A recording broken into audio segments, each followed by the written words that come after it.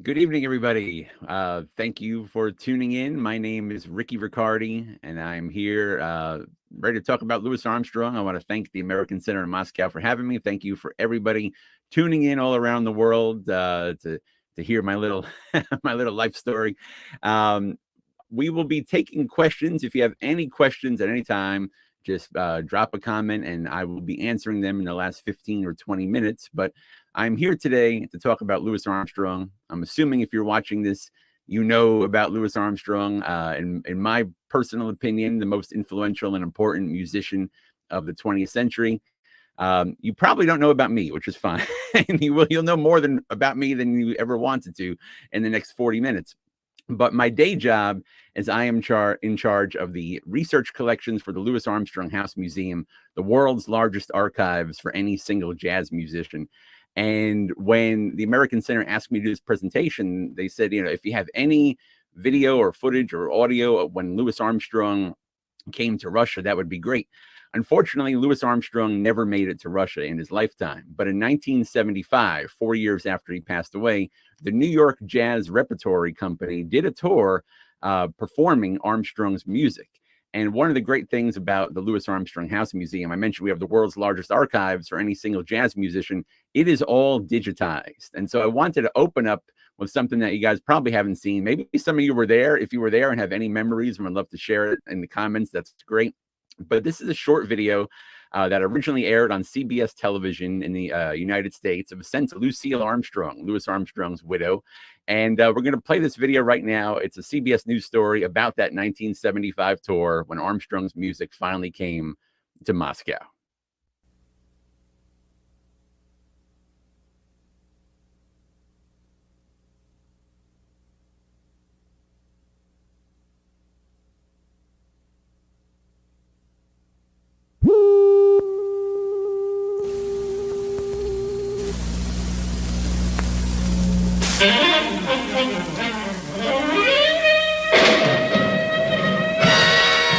For the past 3 weeks, from Yaroslavl to Rostov-on-Don, the latest Soviet-American cultural exchange has been bringing to Russian ears the kind of music that is usually heard here only through the static of an overseas broadcast on shortwave radio. Два крупнейших произведения 50-х годов. Hello, Dolly и Maggie Nosh. Hello, darling. Hello.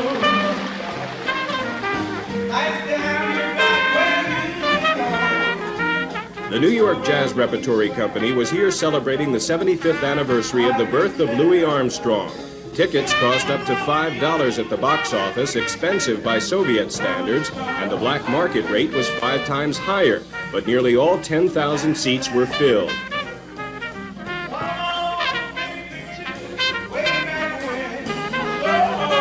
Moscow audiences are said to be the most cynical in the country, the toughest to please.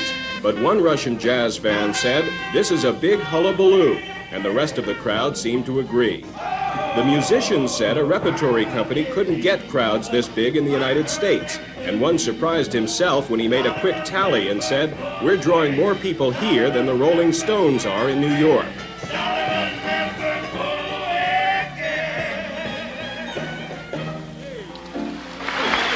Richard Roth, CBS News, Moscow.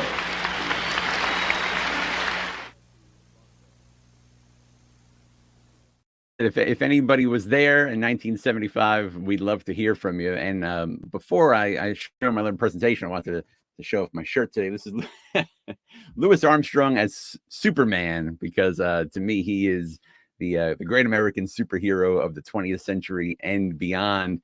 And we're here on an incredible week.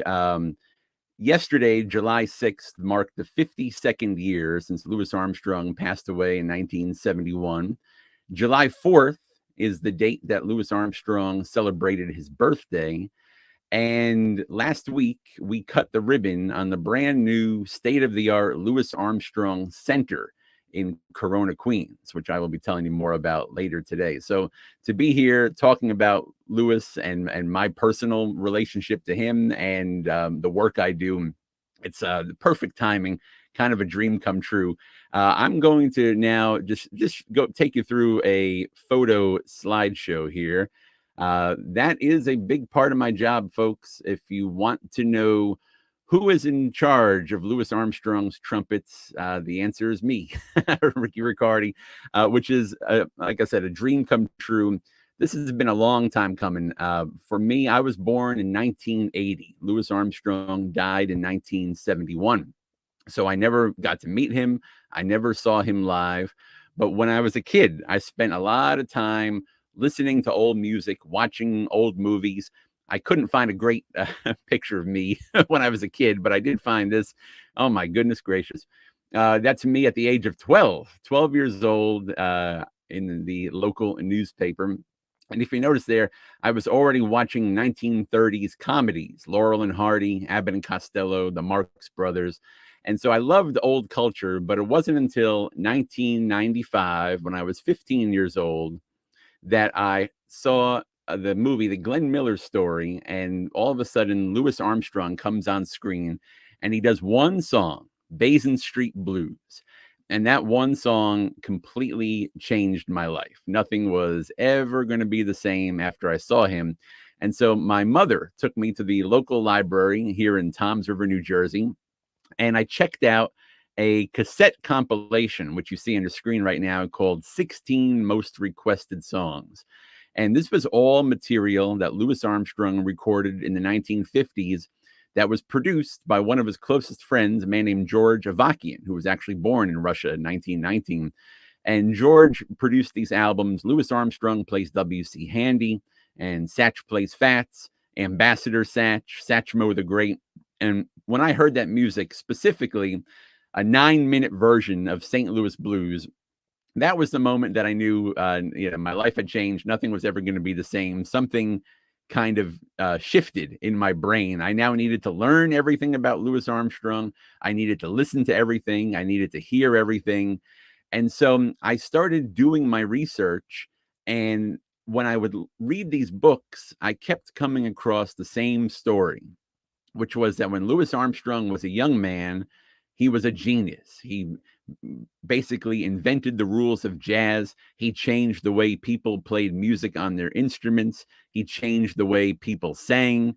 But then around 1929, he, quote unquote, sold out. He went commercial. He started singing love songs and he started clowning around, and he was doing Hello, Dolly and What a Wonderful World. And he kind of wasted his talent. And I did not agree with that, because the music he made in the 1950s and 1960s is what changed my life. So I began dreaming of, boy, wouldn't it be great if I could write a book one day about Louis Armstrong's later years. And that's how the whole thing started. I'm still back in high school. Flashing forward a little bit, I went to Rutgers University in New Jersey, where they had a program where you can get a master's degree in jazz history and research. And on the campus was the Institute of Jazz Studies, probably the world's greatest jazz research center. And the director at the time was a man named Dan Morgenstern. There's a photo of me and Dan at Rutgers at that time. And Dan knew Louis Armstrong. Dan became one of my heroes. He taught me so much about Louis Armstrong. He's still alive today, 93 years old. He's won, I believe, 9 Grammy Awards for writing liner notes. Just a brilliant man, and he taught me so much. So I spent 2 years at Rutgers. I got my master's degree in jazz history and research, and I wrote a 350-page master's thesis about Louis Armstrong's later years. And at that point, I said, all right, this is great. Now I'm going to get a job. Now I'm going to go out and work, and now I'm going to spend my life talking about Louis Armstrong. Unfortunately, there weren't many jobs for a jazz historian in the United States.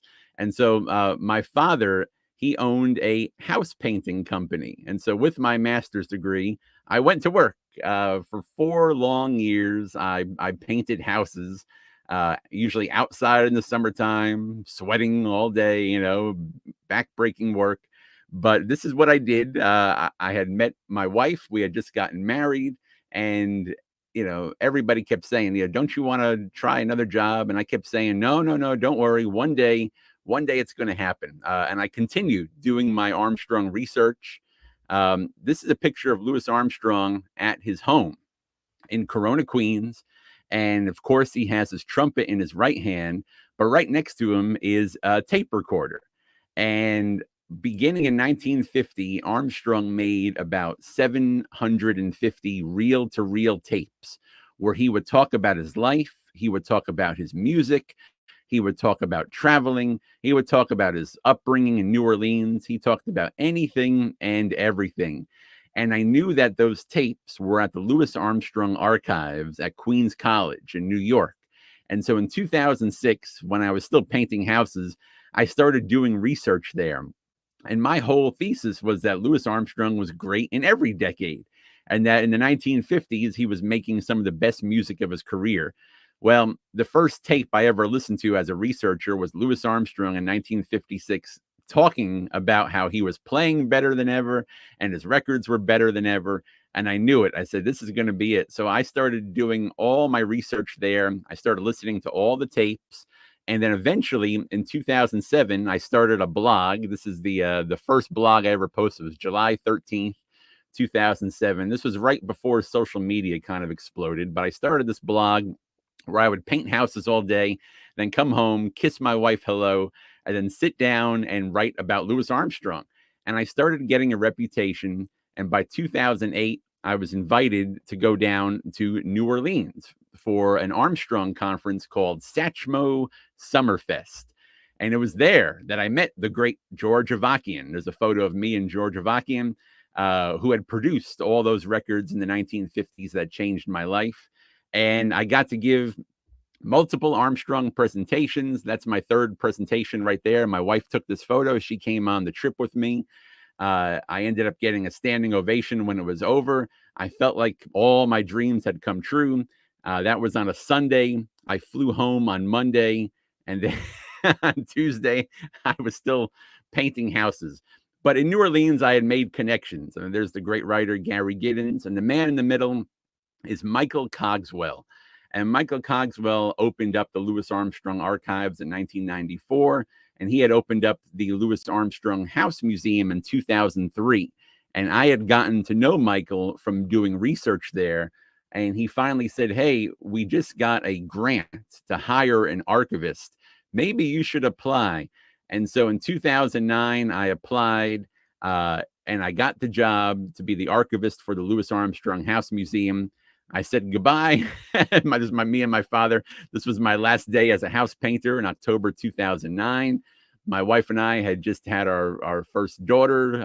Her name was Ella. She was 6 months old, and now I was going off to the big city to work with Michael. There's Michael and I at the Louis Armstrong Archives.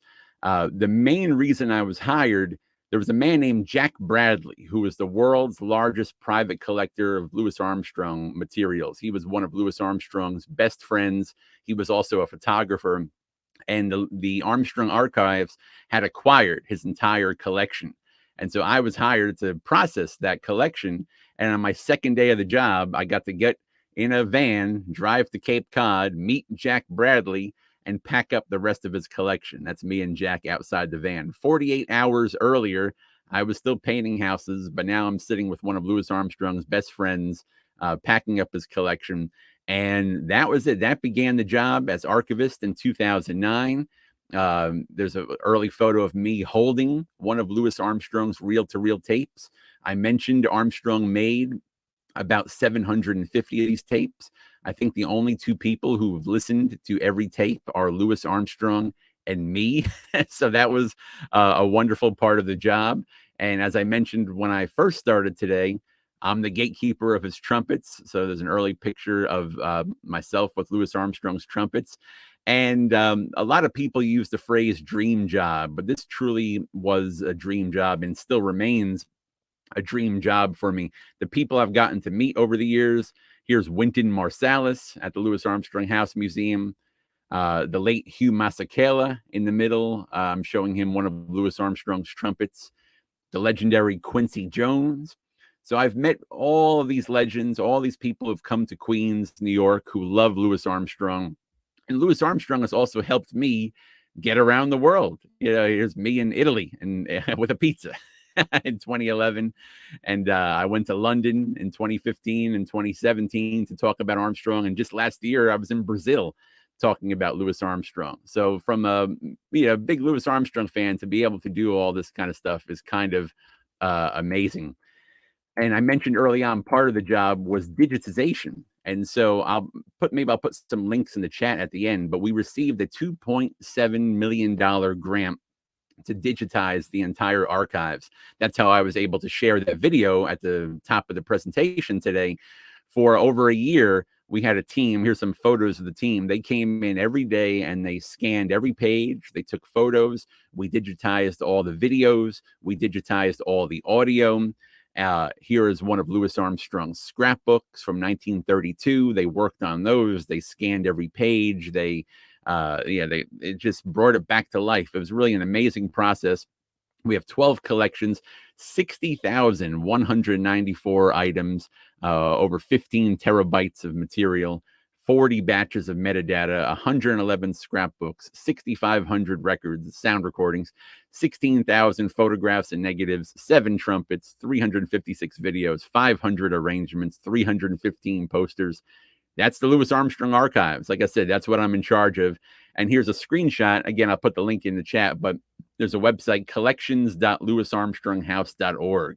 And anybody from around the world can create a free account and search our entire archive, listen to these tapes, watch videos, read autobiographical manuscripts. It's all there on the website. So that's one part of the job. I mentioned early on the exciting portion. What you see there is myself and the staff in a construction setting. And what that is the Louis Armstrong Center. This is a project that Michael Cogswell told me about when I was hired in 2009. The Louis Armstrong estate had helped purchase an empty lot directly across the street from the Louis Armstrong House Museum. And Michael said, wouldn't that be great one day to turn that into the new home for the archives, a real state-of-the-art visitor center. And so it took years and years and years. I'm sad to report Michael Cogswell passed away in 2020, but he was there for the groundbreaking. And for the last 6 years, we have watched it, an empty lot turn into a building. This was an exciting day when we were able to just walk in and see it. And there it is today. This is a photograph that was taken just last week of the brand new Louis Armstrong Center right there on Armstrong's block in 2000, on 107th Street. And this is now open to the public. Yesterday, we had our official opening day. And so if any of you out there travel to New York City, you can go to louisarmstronghouse.org and learn about the center. You can book a tour in advance. You can buy tickets in advance. And like I said, it's the new home for the archives. We have a state-of-the-art exhibit area that was curated by the great Jason Moran. And that is that's kind of the end result of what we've been working towards since I started in the last 14 years of my life. So that is a big part of it. But then there's also Ricky Riccardi, the author. If I just had the Armstrong Archives job, that would be enough of a dream. But that first dream that I had way back in high school to write a book about Louis Armstrong's later years, that finally came true in 2011. And this book came out, What a Wonderful World, The Magic of Louis Armstrong's Later Years. And this book picks up with the start of his small group, the All-Stars, in 1947. And it goes until his passing in 1971. Now, that book came out in 2011. And at that point, I thought, my job is done. I had my dream job. I'm in charge of the Armstrong Archives. My book that I fantasized about is now a reality. I no longer have to paint houses for a living. This is going to be great. And I didn't realize at the time that actually it would get better and better and better. I only planned to write one book. But when I started going out and giving lectures, giving presentations, I began teaching a Louis Armstrong college class at Queens College. I realized a lot of people knew the later hits. They knew What a Wonderful World. They knew about the duets with Ella Fitzgerald. And a lot of people knew about his 1920s works, things like West End Blues and Potato Head Blues and things that really kind of shaped the course of jazz to come. But they did not know about his middle years when he was a big band leader and he became the first Black pop star in the United States, in the world. And so I began working on book number 2, which came out in 2020, called Heart Full of Rhythm, The Big Band Years of Louis Armstrong. And so when that book came out, I was very proud of that. Jazz Times magazine named it the best book of 2020. And I said, great, okay, I've now written 2 books. I'm done. But then everybody kept saying to me, no, you have to finish the story. You wrote 1 book about the end and 1 book about the middle. What about the beginning? And so I started writing my 3rd book, which right now is being titled Stomp Off, Let's Go, The Early Years of Louis Armstrong. And again, the perfect timing for this presentation today. I finished my first draft of the book 2 nights ago. It should be published in 2025, and then my work will be done, at least in terms of books. I will have 3 books. I never planned on doing it backwards, where my last book covers his birth and my first book covers his death. But it's actually been kind of enlightening doing it this way. And, I hope everybody out there, if you want to learn more about Louis Armstrong, these 3 books will definitely get you covered. So I have the archives job. Then I have the author job. And then last year, I was named consulting producer on a film, Louis Armstrong's Black and Blues, which is streaming around the world on Apple TV. And this was kind of a pandemic project where Imagine Entertainment and Apple TV wanted to do a Louis Armstrong documentary. They got the blessing from the Armstrong estate. And the pandemic, COVID-19 started.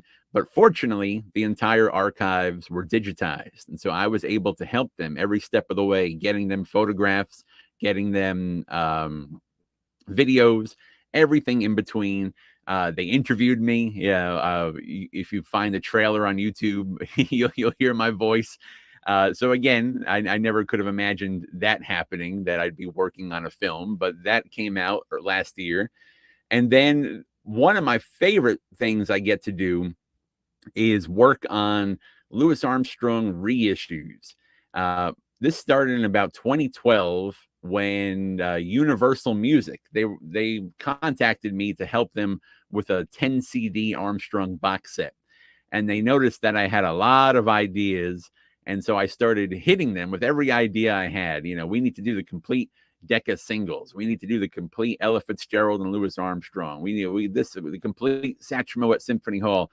And Universal was very kind, and they said yes to everything. So from 2012, for I guess the last decade or so, almost every major Armstrong reissue I've had the pleasure to work on. The photograph you see right there, that is a master tape from the album Ella and Louis. I think everybody around the world loves the Ella Fitzgerald, Louis Armstrong duets. And I co-produced and wrote the liner notes for a complete set called Cheek to Cheek, which is streaming everywhere. And that is that photo. So that's another fun part of the job. Not only did I get to come up with ideas and watch this become either a CD set or an LP set or see it streaming, but I actually got to hold the original tapes, hold the original metal parts. And so early on in this presentation, I mentioned that my life was changed when I heard Louis Armstrong plays W.C. Handy, and especially the version of St. Louis Blues. I was 15 years old at that time, and I mentioned that was produced by George Avakian. Well, flash forward to about 2017, there's a label in the United States, a company in the United States called Mosaic Records, and they put out box sets of an artist. They'll take one artist, they'll take one period in their life, and they'll do a complete box set. And so I wrote to Mosaic Records, and I said, I would love to do the complete Columbia and RCA Victor recordings of Armstrong, because it includes all of the material that changed my life back in 1995.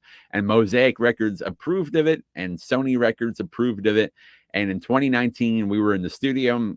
That is me smiling very broadly as I'm holding the master tapes for Louis Armstrong Plays W.C. Handy, the original tapes from 1954 are in my hands right there. And the funny part is, one of the days we were in the studio, it was the anniversary of that first time. The first time I'd heard that music was October 1995. And I put a little montage just to show the straight line, hearing that music, and then, the years as a house painter. And now I'm sitting in the studio holding the master tapes and co-producing and writing the liner notes for a box set. So that box set came out in 2021, and Mosaic Records, they always submit their releases to the Grammy Awards. And so they submitted my liner notes. I wrote 30,000 words, a big fat booklet. It could almost be considered a book. I wrote 30,000 words just on the music in that set, and we submitted it to the Grammys. And then the biggest shock of my life, it was nominated. That was the first shock. I was watching it on TV, and they had the nomination ceremony, and found out that I was nominated for a Grammy in the album notes category. So that's my medal, my medallion right there. That's the cover of the box set.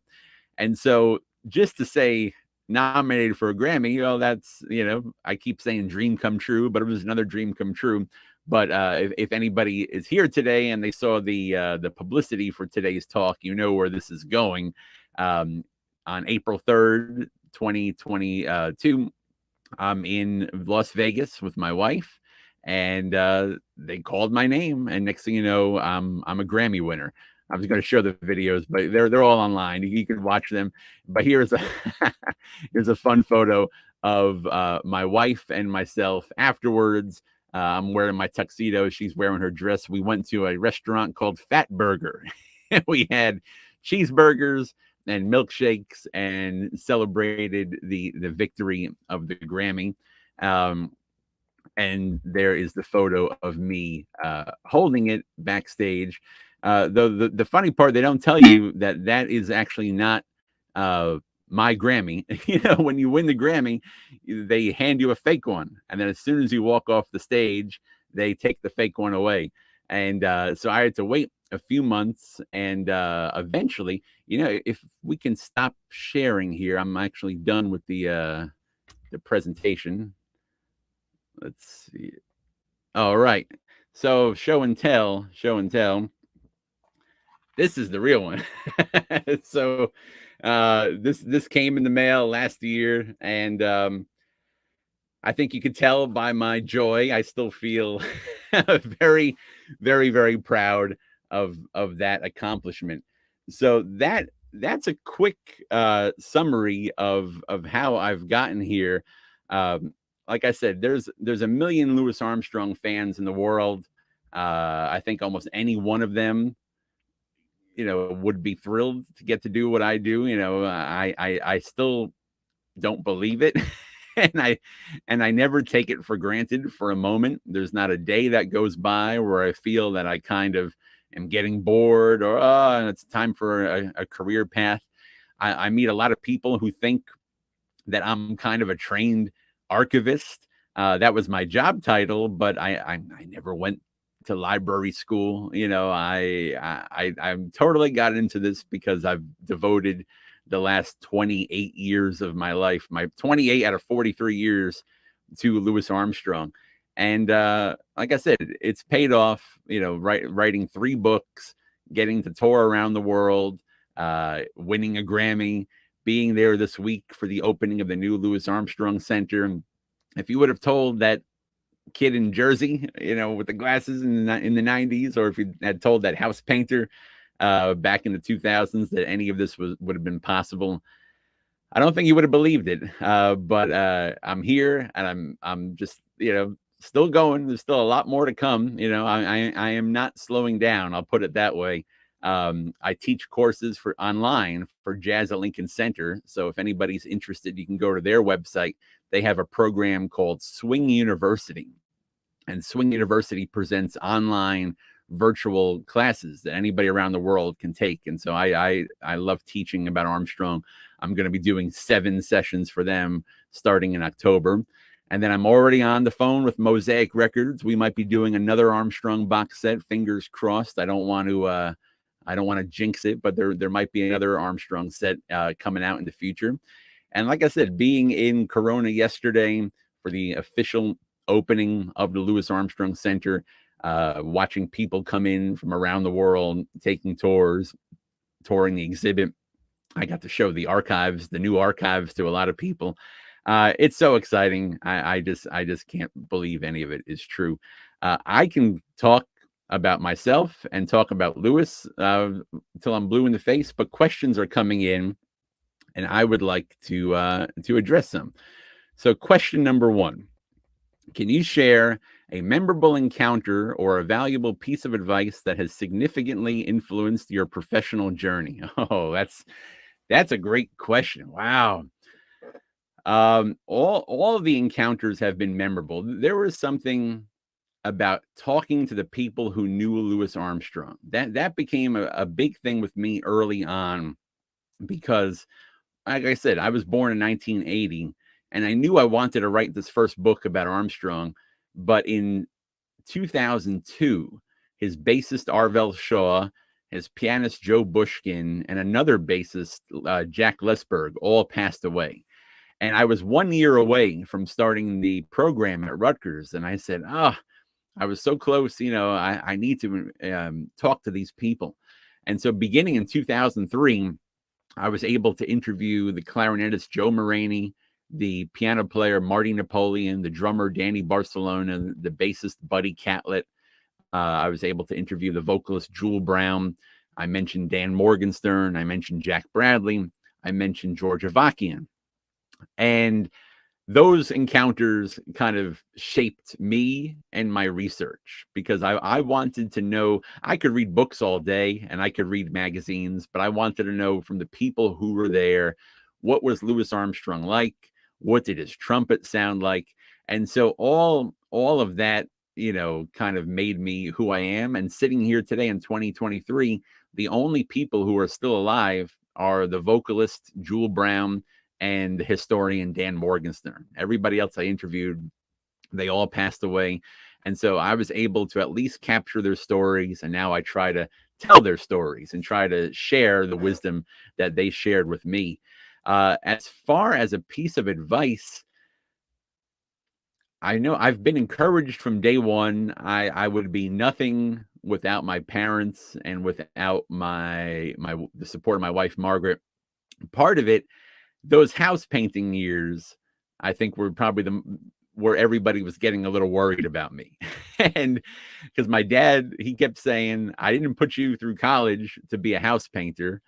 And then I should mention, when, writing a book does not happen overnight. And so I hired an agent in New York City, and we wrote a proposal, and we sent it to probably 20 different major publishers, and it was rejected by everyone. And so I had people saying, maybe you should try a different job. Maybe you should try to self-publish your book. Maybe you should, give up altogether and, be a school teacher or something. And there was something in the back of my mind where I just kept saying the whole time, it's going to happen. And the phrase I kept using was, it's too important. I had a feeling that what I was working on was important. I really believed in that. And if I had to paint houses, or if I had to wait, to get my dream job, or if I had to deal with some rejections, it was important. And if I just stuck with it, I had a feeling that this could all work out.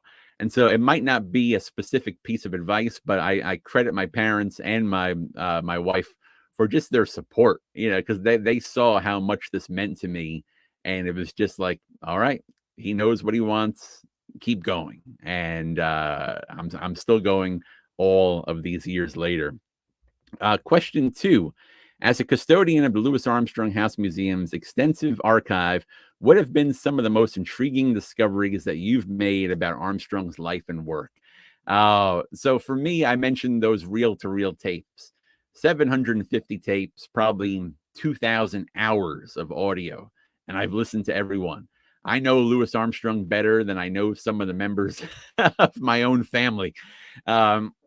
And so that was very important to me because, like I said, when I started reading about Louis Armstrong, when I started studying him, there was this perception that he was really just a clown. He was on stage every night, smiling and, popping his eyes out and entertaining. But, everybody wondered, what was he like off stage? And so there were some books that were written where people said, oh, this was all an act. This was all fake. When he would get off stage, he would be a different person, this and that. And so I started listening to these tapes, and what I came to the realization of is that Louis Armstrong, most of the time, was the same person on stage as he was off stage. He lived for his audience. He loved to laugh. He loved to bring joy. There was something in his spirit, I think, that was instilled in him in New Orleans, because he grew up so poor. I mean, the word poverty, I don't even think covers it. He didn't have shoes. He had to quit school. Him and his sister had to get food out of garbage cans. His father left him soon after he was born. His mother had to work as a prostitute. It was a very tough childhood. And then now he's got this life where he is one of the biggest stars in the world. He's traveling every night. He's making music for audiences everywhere.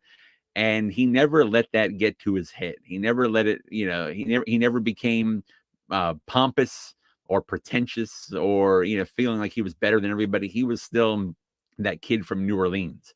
And so when he met people, he always gave them his whole heart, his whole soul. And that was one of the biggest things, listening to all those tapes and hearing him laughing, hearing him telling jokes, hearing him talk to kids, hearing him with his wife. I said, oh my goodness, this is the most genuine man who ever walked the face of the earth. He was so comfortable in his own skin. He knew who he was. He knew what he brought to the table. And Jackie Byard, the great jazz pianist, once said he was the most natural man. And I think that was the biggest thing listening to these tapes. Having said that, he was also a human being. And that was the other side of the tapes that was very important. Hearing Armstrong angry, hearing him holding a grudge, hearing him cursing. That side of him, the world did not see. He was very careful to make sure that did not get out to the public. But he managed to keep it all on his tapes. And so that, I think, is very important because, again, it's that New Orleans kid. You had to be tough to survive his neighborhood. His neighborhood was so dangerous in New Orleans, they called it the battlefield. And so, he never lost that toughness. Was he warm? Was he friendly? Was he joyful? Yes. But if you crossed him, or if you told him something about music, or if you told him what to do, or if you were condescending towards him, that old battlefield attitude would come out. And so I think that was very important. So anybody who reads my books, I try to quote Louis Armstrong on every page. I'm a writer. I'm doing my best to tell these stories, but the way I see it is Armstrong made these tapes because he wanted to be in charge of his own story. During his lifetime, there was a lot of stuff written about him that was wrong, that was mean, and, it was kind of hurtful. And so we have a few tapes where he uses the phrase for posterity, that he was making these tapes for posterity. He knew one day they were going to write about him. And so why not be in charge of your own story? And so that's where I feel my role comes in. It's kind of not so much defending Armstrong, but really letting Armstrong speak for himself. I mean, there are moments where I quote him and stories I tell where, even I don't agree with him, but it's just like, he still deserves to be heard. And then once you hear him, then you can make your mind up. Oh, I disagree with that. And I'm not on his side on that specific topic. That's fine. But I do think that's why he did this. He knew that one day, someone like me, who was born 9 years after, or now at the Armstrong House, I mean, we have interns who were born in the 21st century, and they're researching and they're listening to his tapes. And so that, I think, is a very long answer, but those were the things that I got from just intriguing discoveries. Armstrong is real. Armstrong is human. Armstrong is funny. Armstrong is tough. And Armstrong set up this whole collection, set up this whole archive for posterity for 10, 20, 30, 40, 50, 100 years. He knew people were going to be studying him. He wanted them to study every part of him, his music, his life, his personality, warts and all. It's all there on those tapes. All right. Question 3. In the course of your research, how have your views on Armstrong's impact on jazz and popular music evolved? So the deeper I get, the more I learn.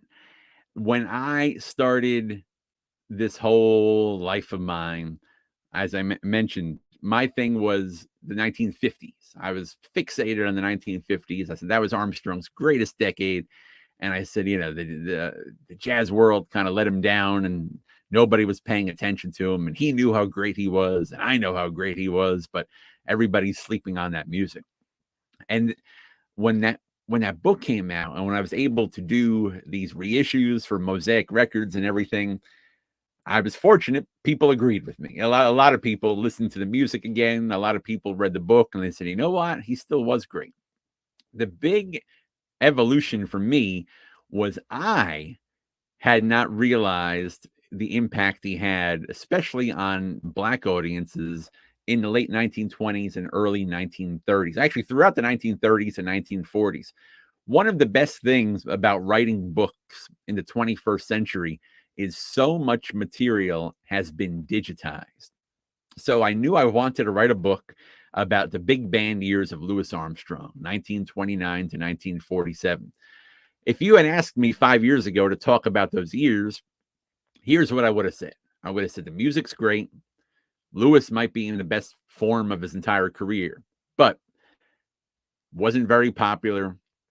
The bands weren't that great. Audiences didn't really follow him. Black audiences were already kind of not following him, turning their back on him. And then he breaks up the big band because it was struggling so much. And then he forms this small group, the All-Stars. And hey, that's the beginning of my next book. And in my opinion, the best portion of his life. Well, I start doing research and everything is digitized now in the 21st century, including Black newspapers. In the 1920s and 1930s, there was a series of newspapers, the Pittsburgh Courier, the Chicago Defender, the New York Age, the New York Amsterdam News. They were written by Black writers and aimed for Black audiences. And that's when I realized that I was wrong. Louis Armstrong was a hero. He was a pop star. He was an icon to the Black community during this whole big band period.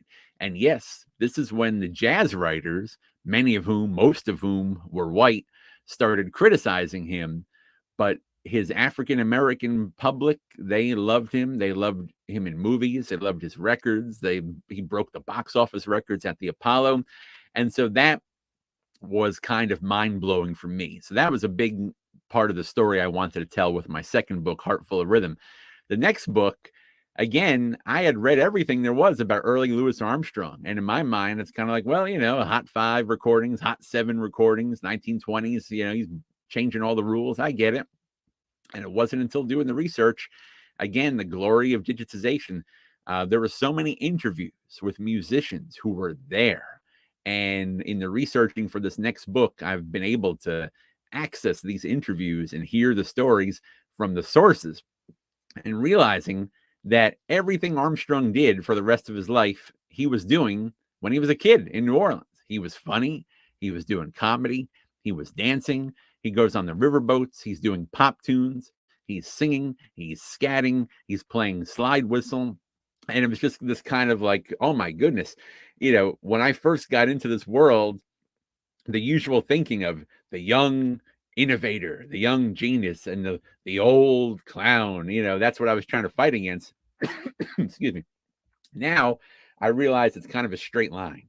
He had these values as a kid in New Orleans. He had these values as a big band leader. He had these values with the small group All-Stars in the 50s and 60s. And so the world changed. The sound of jazz changed, bebop and swing and this and that. Audiences changed, but he was very consistent. And so I think when this next book comes out, that'll be the kind of the story. It's I feel like I'm writing an instruction manual. How did Louis Armstrong become Louis Armstrong? That's going to be the story of the next book. So I have not stopped learning for a minute. Question 4, my top 3 jazz artists of all time, and why do they inspire me? Number 1, Louis Armstrong. I don't think that's a surprise. And number 2, I think this is me personally. If I was to name, I think the 3 most influential, I would say Louis Armstrong, Duke Ellington, Charlie Parker. That's it. You need to start there, end there. You get everything you need. Coltrane, Miles, they're all great. But Louis, Duke, Bird, that's it. For me personally, Louis is number 1. And then Lester Young is my number 2, tenor saxophonist. Just the most lyrical, melodic, feathery, light player. I love him in every decade, but check out Prez, as they called him, behind Billie Holiday, by himself with Count Basie. His sound goes right through me. And then number 3, Fats Waller. Excuse me. Fats Waller came to me early on, also in the 90s. And I think there was something that I found incredibly inspiring about these African-American artists in the 1930s, when there's racism, there's the Great Depression, there's Jim Crow, and there's people like Louis Armstrong and Fats Waller who are dealing with that reality every day. Yet when it's time to make music, all they wanted to do was create joy. They wanted people to feel good. They wanted to make people laugh. They wanted to make people relax. And what did I, when I was a teenager, I wasn't aware of all the history yet. I was still learning, but I knew how Armstrong made me feel. I knew how Fats Waller made me feel. And to this day, if I listen to Louis or Fats, if I'm in a bad mood, gone. It's better than any substance, legal, illegal. It's anything. Louis Armstrong and Fats Waller. And then the genius and poetry of Lester Young. That's where Ricky Riccardi lives. But for the jazz world, I would say Louis, Duke, and Charlie Parker. Question 5, what personal characteristics do you think have been most instrumental in helping you succeed in your career as a historian and an advocate for Armstrong's values? That I would say personal characteristics. I should have said this early on. I'm not used to talking about myself. I talk about Louis Armstrong all the time, but me and my personal characteristics, I probably know his better than mine. But I will say research has always been in my blood. I showed you that article when I was 12 years old. When I was watching Laurel and Hardy and the Marx Brothers and people like that, I would read books about them. And when I got into Muhammad Ali, when I was about 11 years old, and this big 500, 600-page book by Thomas Hauser came out, I read every word of it. And I would, go to the video store and watch Muhammad Ali videos. So I've always had that brain that when I find something, when I discover something, I need to learn everything there is about it. And then I get very passionate about it. And I want to share it with everybody. You need to see this. You need to hear this. Did you know that this happened? And so that was already kind of hardwired into my system before I discovered Louis Armstrong. Now, when I discovered Louis Armstrong, that was it. It was like all the pieces were in place. Research, yes. Passion, yes. Sharing it with others, that's been my whole life. So definitely all those things that were there with me when I was very young, that was it. It was just like, I need to just, tell the world. I shout it from the rooftops. I love Louis Armstrong, and you should too. That's kind of where it comes from. And then I will also say this kind of deals. Looks like we have one more question, and we are also running out of time here. But can you tell us about a challenging moment in your career, how you handled it, and what you learned from it? I'll repeat myself. I think it was definitely that house painting period, 2006, 2007, 2008, because I had a master's degree. I was painting houses, and the book was getting rejected by every publisher. My wife was getting nervous. My parents were getting nervous. And somehow, as I mentioned before, I just said, I'm going to keep going. This is important. I'm going to do it. But I had to do something. And so starting that blog, blogs we kind of laugh out now. We're sitting here with social media every day, and people are updating, Threads now is the latest, all this kind of stuff. But back then, a blog was kind of your only way. And so I attribute a lot of my success to starting that blog in 2007. The first entry, which was written on a day when I painted houses, because I just had to get it out there. I had all this passion for Armstrong, all this knowledge. I figured if I just put it on paper and put it out in the world, maybe someone will respond. And I would say the first 6 months, I don't think I had any readers. There was no social media to promote it on, but eventually a trickle came in, mostly from Sweden and the Scandinavian countries. And then I heard from the researcher, or the biographer, Terry Teachout. He was writing a book on Armstrong. He started emailing me. And then I heard from New Orleans, and New Orleans invited me down for that first talk. And soon after that, I got the book deal. And to me, it was just like, that was it. So it was all those things. I never let the rejection stop me for a second. But also I knew that even if it wasn't going to make money, I just had to get it out there. And I think the word, to sum it all up, and again, I'm uncomfortable talking about myself, but passion. If you have a passion for something, it could be Louis Armstrong records, it could be anything. It could be cooking, it could be, whatever gets you going in your life. If you have a passion and you treat it seriously, this is not a joke to me. This is my life. This is my livelihood. If you have a passion, treat it seriously. This is possible. I'm not saying that that's, just be passionate and next thing you know, you're winning a Grammy award, but it takes a long time. It takes a lot of hard work, a lot of rejection, a lot of challenges, but just keep that passion burning, share it with the world, get your thoughts out, get your minds out, find like-minded people, find people to share it with, whatever it is. And it'll definitely improve, I think, your quality of life. This is good. We're actually going to go long because questions are still coming in. So let's keep going. But passion. It's gotten me through a lot. And here we go. Finally, looking back at your early stages of your career, what advice would you give to your younger self or to anyone interested in a career in music research and preservation? I think I kind of answered it, but if I took a time machine and found that kid in 1995 who was watching the Glenn Miller Story and listening to that 16 most requested songs, I would say, don't give up, don't quit, learn it all, study it all, meet people you've never dreamed to meet, reach out, talk to Dan Morgenstern, meet Louis Armstrong's musicians, get out there, start a blog, do these things. And it might not happen overnight. It might take a long time, but a reward is coming. And so that would be my advice to myself. And for anybody out there interested in music research, preservation, like I said, we live in this world now. We're in a digital world. We're in a virtual world.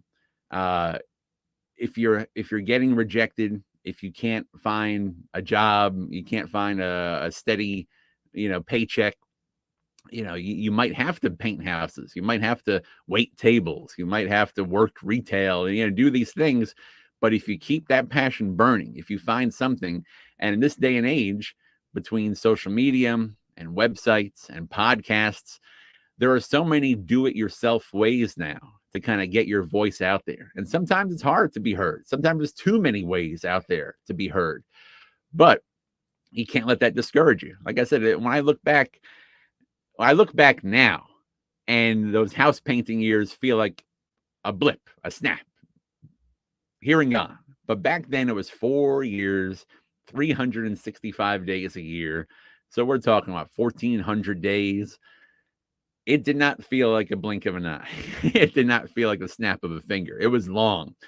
And so I think that's my big advice. Keep the passion burning. Don't give up. Find the right platform, whether it's a podcast, whether it's YouTube, whether it's social media, whether it's a website. If you want to write. If you want to research. Find other people like you. Find other researchers, other archivists. Learn from them. Find a subject matter. If it's music research. My oldest daughter, Ella, is a metalhead. She loves heavy metal. She plays electric guitar. And in her, I recognize me. Because she'll hear Ozzy Osbourne or she'll hear Eddie Van Halen, and then she's on YouTube, and then she's reading, and then she's telling me all the facts, and then she's finding the pages on Instagram. And so that for me, it's kind of wild because I'm getting to see it play out with all my children. I have 3 daughters, Ella, Melody, and Lily, and they all have different passions. But Ella's got the music gene, and I'm like, that's it. She's got what drove me. And once you got it, you can't get rid of it. So you might have to paint houses, you might have to wait tables, you might have to do odd jobs, but just keep it burning. Don't give up. Don't let rejection slow you down. And just get the word out. We need more people out there writing about music, more people out there researching the music, more people out there talking the music, spreading the love of the music, sharing the music. I'm only one person. I every time I speak, I'm bringing Louis Armstrong and George Avakian and Jack Bradley and all the people who've made me who I am. They're coming out of my mouth. And so do the same. Learn it all, figure it out, and just keep going. And then on that looks like the final question. So I just want to say thank you so much. Thank you to the American Center in Moscow. Thank you for everybody who tuned in from around the world. Again, louisarmstronghouse.org. If you're coming to Queens, New York, you could also follow me on social media. I'm everywhere, Instagram, and I'm on Threads now too. But definitely keep in touch and listen to Louis Armstrong every day. That's my medical advice. It's better than anything. It'll get you through a lot of hard times, and it's gotten me this far, and I think it'll do wonders for you as well. So thank you again to the American Center Moscow. Thank you for watching. I wish you all a very good night, very good evening, and